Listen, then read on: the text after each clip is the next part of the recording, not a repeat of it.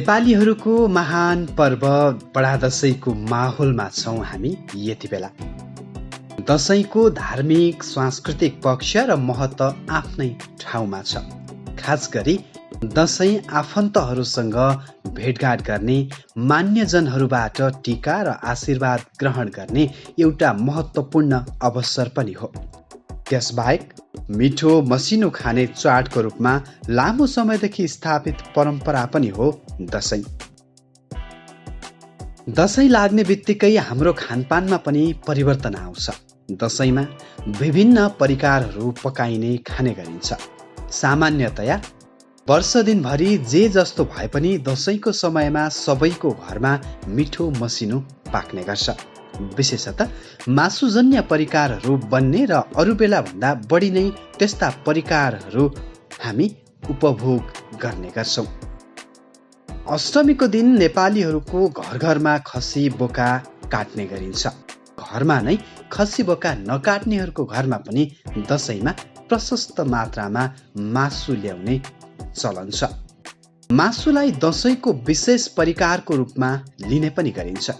दशैंको मासुलाई विशेष परिकार बनाउन, पकाउन र स्वादिष्ट बनाउन पनि जान्नुपर्छ। अनि मात्र त्यसको स्वादमा, टेस्टमा भिन्नता आउँछ।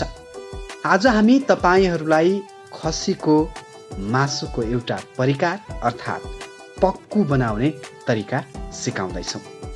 अब लागौँ कसरी बनाउने त पक्कु। हेलो, नमस्ते। वेलकम टु बिहानी किचन प्राइभेट लिमिटेड। हामी चाहिँ बिहानी किचन स्पेसल मटन पक्कु बनाउने रेसिपी भन्दैछौँ तपाईँहरूलाई। यो चाहिँ हाम्रो मटन कटिङ मटन हो। हामीलाई चाहिने सामानहरू मैले रेडी गरेको छु। हामीले 1 केजी मटन लिएका छौँ र यसका लागि हामीले आवश्यकता अनुसार र स्वाद अनुसारको लागि हामी नुन राख्ने गर्छौँ। यो नुन भनेको कसैले अलि टक्क धेरै पनि खान्छ र कसैले एकदम नर्मल्ली लाइटली खान्छन्, त्यही भएर आफ्नो स्वाद अनुसार राख्न सक्नुहुन्छ। यो भनेको जिरा धनियाँको पाउडर हो। मटन पक्कु भने चाहिँ हल्का स्पाइसी हुने भएकोले हामीले खुर्सानी धुलो पनि लिएका छौँ। खुर्सानी धुलो पनि आफ्नो आवश्यकता अनुसार स्वाद अनुसार मात्र लिनु होला।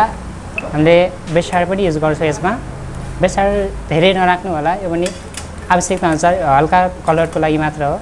र हामीले अहिले बजारमा धेरैले युज गर्ने गरेको मिट मसला, यो चाहिँ पाएको पर्छ भने युज गर्नुहोस्, यदि पर्दैन भने यो आवश्यक कुरा होइन। गरम मसला हाम्रो मिठो राम्रो फ्लेभरको लागि गरम मसला पनि युज गर्छौँ। र हामीले पक्कुको लागि छुटाउनै नहुने कुरा अदुवा लसुनको पेस्ट। र हामीले पक्कु मोल्ने बेला अर्को एउटा अत्यावश्यक कुरा भनेको तोरीको तेल, काँचो तोरीको तेल। यति मसलाहरू हालेर हामीले यसलाई म्यारिनेसन गर्नेछौँ। यसरी म्यारिनेसन गरेको मासुलाई त्यत्तिकै तपाईँहरूले खुला नछोड्नु होला। यसमा बाहिरी अन्य कुराहरू परेर यसमा चाहिँ फुड पोइजन हुने सम्भावना धेरै हुन्छ। त्यही भएर यसलाई चाहिँ हामीले क्लिन ऱ्यापले ऱ्याप गर्नेछौँ।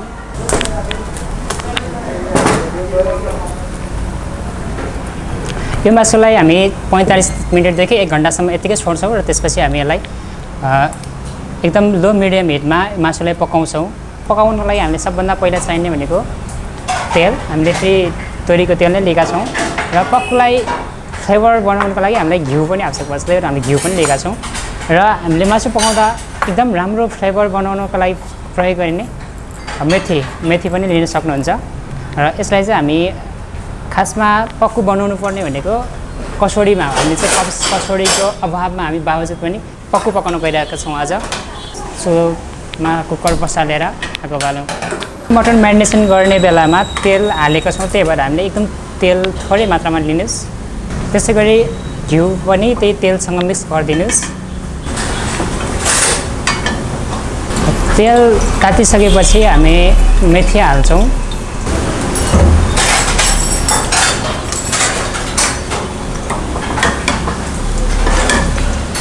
मेथी गोल्डन ब्राउन भइसकेपछि अघि हामीले म्यारिनेसन गरेको मटनलाई यसमा राख्छौँ।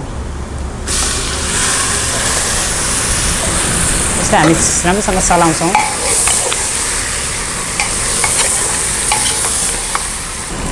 हामीलाई यसै गरी लो मिडियम हिटमा 40 देखि 45 मिनट पकाउँछौँ यसलाई। यसलाई बेला बेलामा चलाइरहनुपर्छ।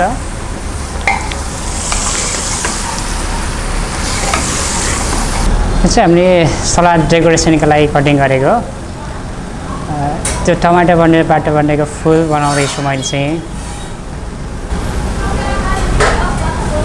हामीले चाहिँ पक्कु सर्भिसको लागि चाहिँ डेकोरेसन गर्दैछौँ।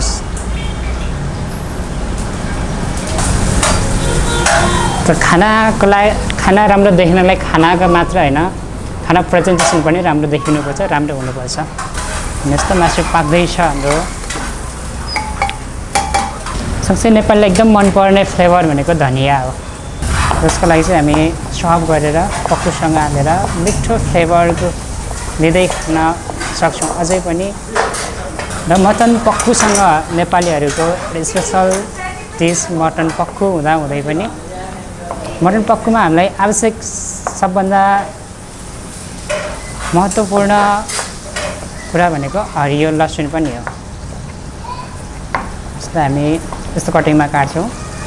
र हामी मटन पक्कु पाकिसकेपछि पक्कु डेकोरेसनका लागि र फ्लेभरको लागि धनिया र हरियो लसुन पनि युज गर्छौँ। तपाईँले हेर्न सक्नुहुन्छ हाम्रो मटन पक्कु चाहिँ पाक्न लागेको अवस्था छ। हाम्रो मटन पक्कुको पाक्ने अवस्था आइसकेको छ। यसमा चाहिँ अब हामी अघि काटेको हरियो धनिया साथै हरियो लसुन यसमा हालेर हामी राम्रोसँग चलाउँछौँ एकचोटि।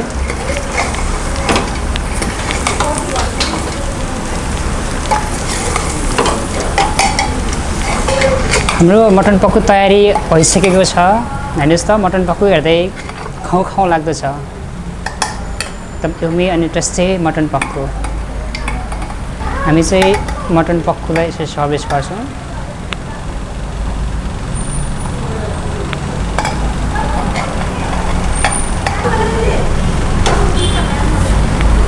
Mutton Pakku specially Dashain special पनि बनाइने गरिन्छ। यो मटन पक्कु भन्नेपछि चाहिँ हामीले यसमा प्याज र टमाटर हाल्दैनौँ किनभने पक्कु भनेको एकदम भुटेर मात्र पकाएको मासु। यसमा पानी पनि हाल्दैनौँ हामीले। हामीले मटन पक्कु तपाईँलाई देखाइरहेका छौँ। स्पेसली खासमा यो पक्कु चाहिँ चिउरासँग खाइने कुरा हो। अहिले अथवा धेरैलाई चिउरा मन नपरेकोले भुजासँग नै खान सकिन्छ।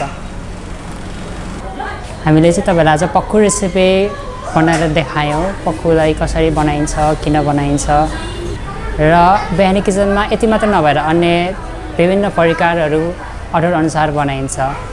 यहाँ चिकन, भेज, पनिर, मटन आइटमहरू बन्ने गर्दछ।